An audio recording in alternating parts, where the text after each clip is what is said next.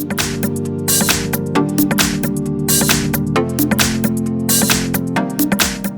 I have MICROMAX Canvas Pulse, and let me show you how to enter here the Fastboot mode on the following device. At the very beginning, let's start by pressing the power key, choose power off and wait until your device will be completely switched off.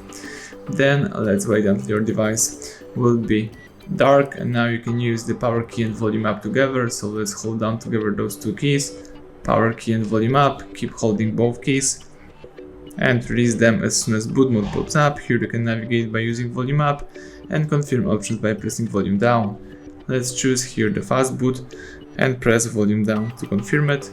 As you can see, the device is in Fastboot mode. If you would like to quit this mode, let's press power key and keep holding power until the phone starts rebooting.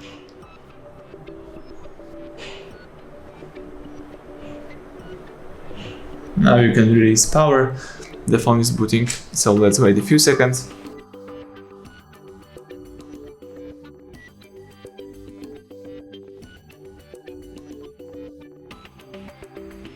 Excellent, now you can unlock the device and start using your phone in a normal way. Thank you for watching, please subscribe our channel, leave thumbs up under the video.